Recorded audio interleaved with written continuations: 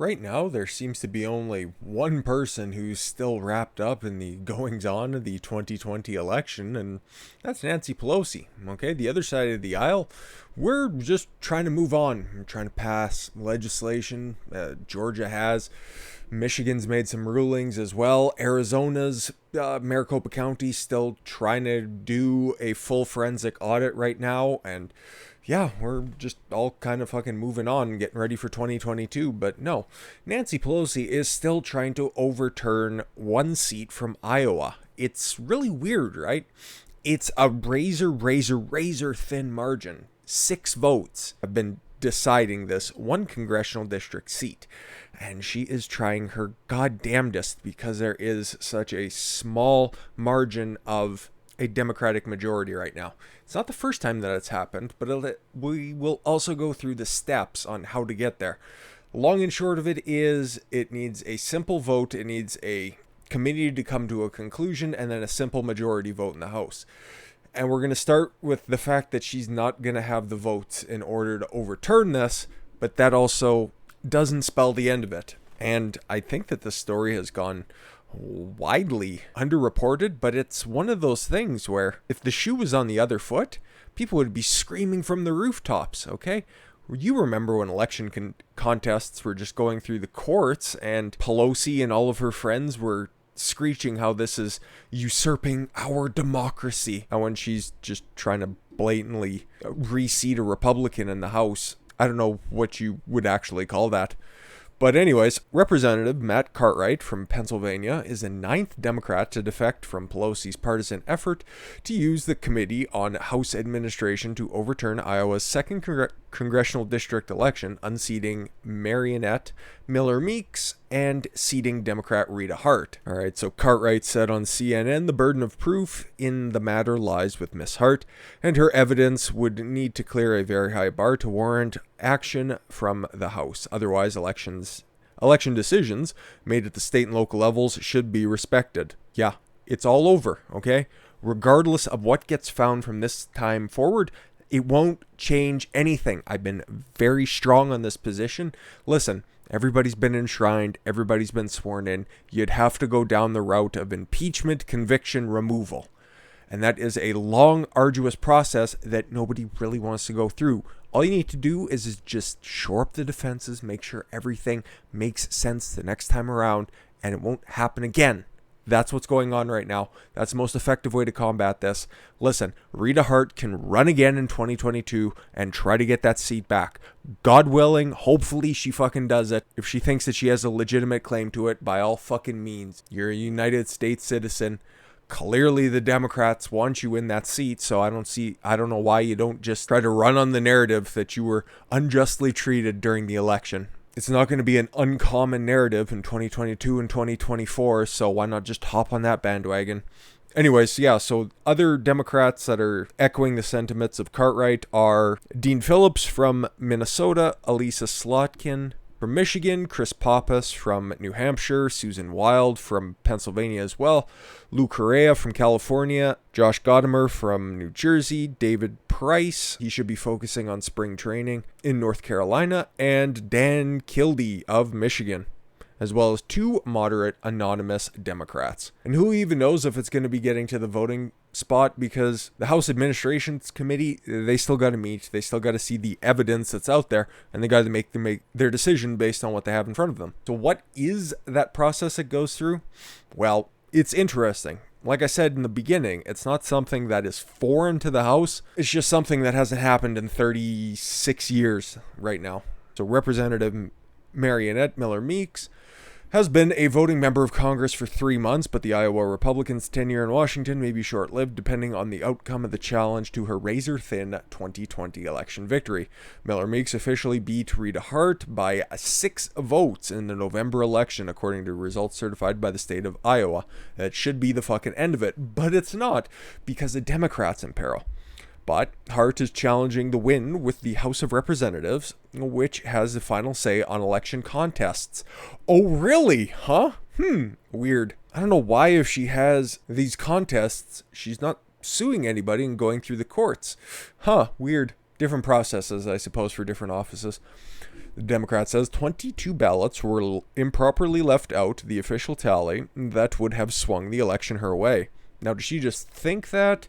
Is there any kind of evidence towards that? That is what this committee is deciding. Both Hart and Miller-Meeks have made their case in writing to the House Administration Committee, the panel reviewing the election contest. If the Democrat-led committee decides to intervene, it would set up a highly charged political scenario where the full House of Representatives would vote to decide whether Miller-Meeks or Hart should represent the Eastern Iowa district. And it's important, right? Because, the narrow majority, 219 seats for the Democrats as compared to the 211. So it means quite a lot. And 5 vacancies right now, special elections are going to be happening at the end of the year. Not too sure where those vacancies are, but again, that is not going to make a whole hell of a lot of a difference where it goes. It's not going to automatically push the Republicans, obviously, because they need at least 3 more seats, even if all 5 went to them, which would still be highly unlikely. But it just shows you the lengths to which Nancy Pelosi will go to maintain her power.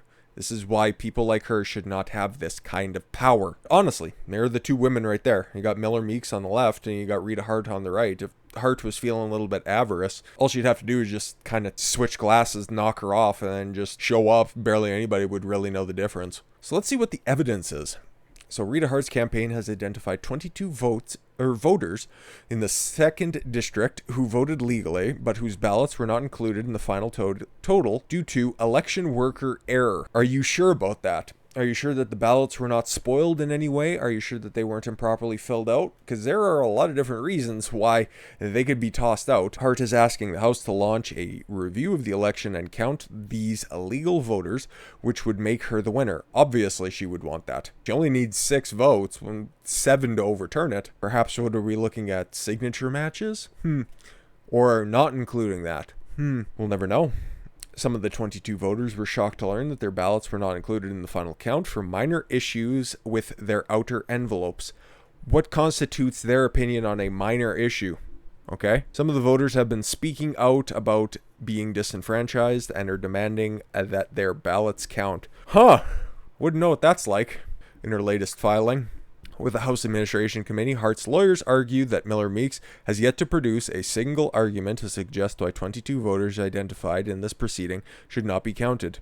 Well, it's not your guys' place to be asking Miller-Meeks for proof. She's already in the seat. She's there.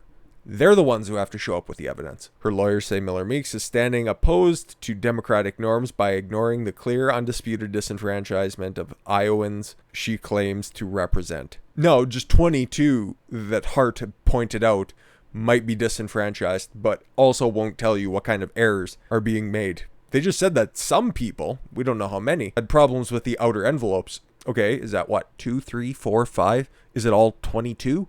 Is it 16? We don't know. Doesn't she look like the happy librarian in your grade school who would just have the worst book recommendations? Like if you wanted to come in for a fantasy novel, instead of being recommended something by J.R.R. Tolkien, she would tell you that Twilight would be a fun read. Miller-Meeks is the benefit of the state of Iowa already certifying her win in the 2nd Congressional District after the votes were recounted in a tight race. Yeah, so they already went through a recount, found that everything was on the up and up, but Hart won't let go of these 22 goddamn ballots.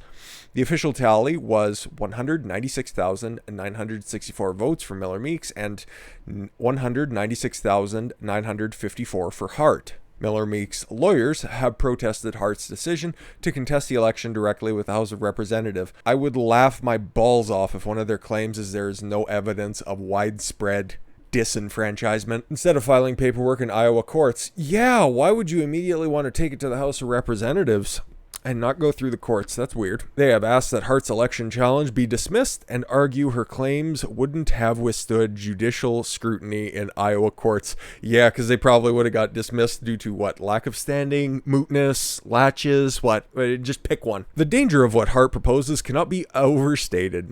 Miller-Meeks latest filing says one cannot challenge the rules after the election was conducted without favoring one candidate or other and without destroying the public's confidence in our election system. What remains of it? So yes, the House Administration Committee is currently reviewing Hart's election challenge. There's no official timeline for the decision to be made. Obviously, it should be before the end of her term, but who fucking knows?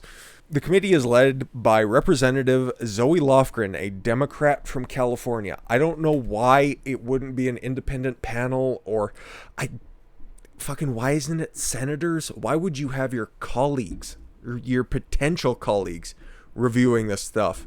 This seems like it should be an independent committee, but then be the breaks, right? There are 6 Democrats on the committee and 3 Republicans. That seems fair. That seems really goddamn fair. Lofgren has defended the work of the committee and has pointed out that the election contests are not unusual, really, and used by both parties. In fact, Republicans are currently challenging the win in Illinois of Representative Lauren Underwood, which the committee is also reviewing. What's that one all about? Republicans know how this process works. Over the past 90 years, the Congress has adjudicated in bipartisan manners more than 100 contest election cases filed by Republicans and Democrats alike in races nowhere near as close as Iowa's 2nd. With that history in mind, it is profoundly disappointing. Some of my Republican colleagues are now painting this process as somehow nefarious.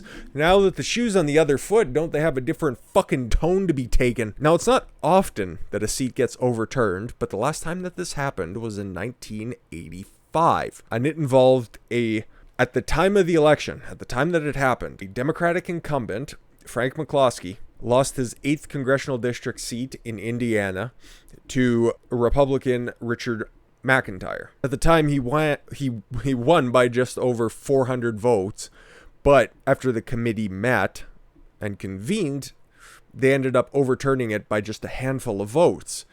Interesting. The House action, by a vote of 236 to 190, climaxed 4 months after a bitter wrangling between Democrats and Republicans that had brought legislative business to a halt for the last week. All 236 votes for McCloskey were from Democrats, but 10 Democrats joined 180 Republicans in voting against him. Not too dissimilar to what we're experiencing right now with the first story that we looked at.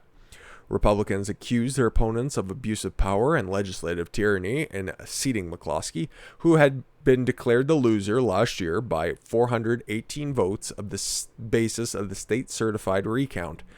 Interesting. The vote capped the second straight day of rancorous debate on the House floor. On Tuesday, Democrats beat back a Republican effort to declare the hotly contested seat vacant and to call a special election. So yeah, we'll have to see where this one goes. And it's not like it hasn't happened before. Seats have been flipped before. But especially in this election, it's just a little bit funny what lengths the Democrats are going to go to in order to get just a little bit more power. So hopefully we get something on the Maricopa County audit in the very near future, and we get some kind of a resolution on this one. And if there's any more election related stuff, audits, recounts, seats being flipped, make sure to cover it. And with that said, I thank you all very much for the gift of your time. I've been Don Consuelo. I want you to follow your gut and get after it. Take care, everyone.